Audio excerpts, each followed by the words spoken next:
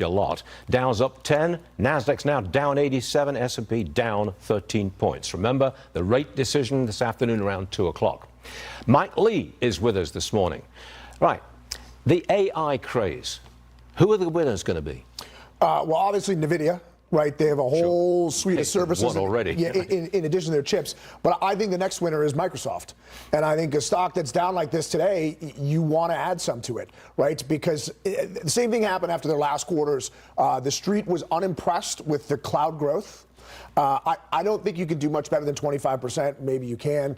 But their Azure program growing 25% on a business that's already doing 120 billion, 130 billion in revenue is absolutely spectacular.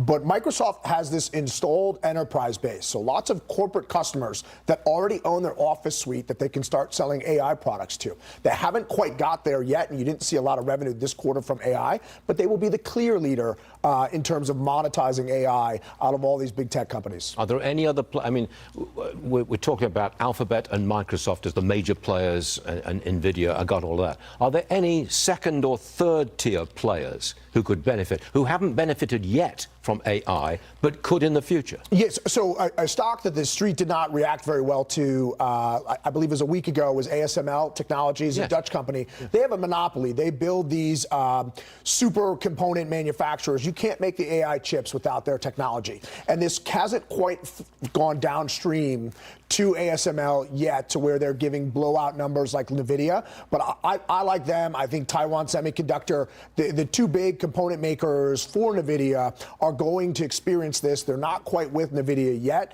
but I think that's to come. But I like companies that have monopolies, and ASML has a monopoly on their technology.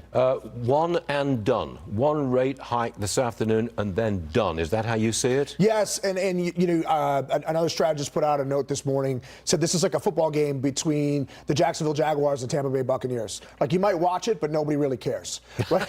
So unless Powell says something that the market's not expecting.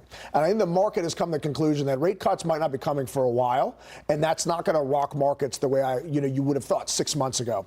But I don't think we need another rate hike now. I think inflation's trending in the right direction. I think we need to be worried about inflation reaccelerating if the price of oil spikes. But unless it reaccelerates, I think the Fed is done now. How long they'll stay here remains to be seen. That has to do with overall economic strength. But keep in mind, it was less than a year ago they were still hiking 75 basis points, and sometimes those hikes take 18 months to hit the economy. So we really haven't felt the full effects. I don't know that they need to do more from here. I think the market goes steady as she goes. Yep. Okay. Mike Lee, thank you very much, sir. See you again soon. Back, Lauren is back with the mover.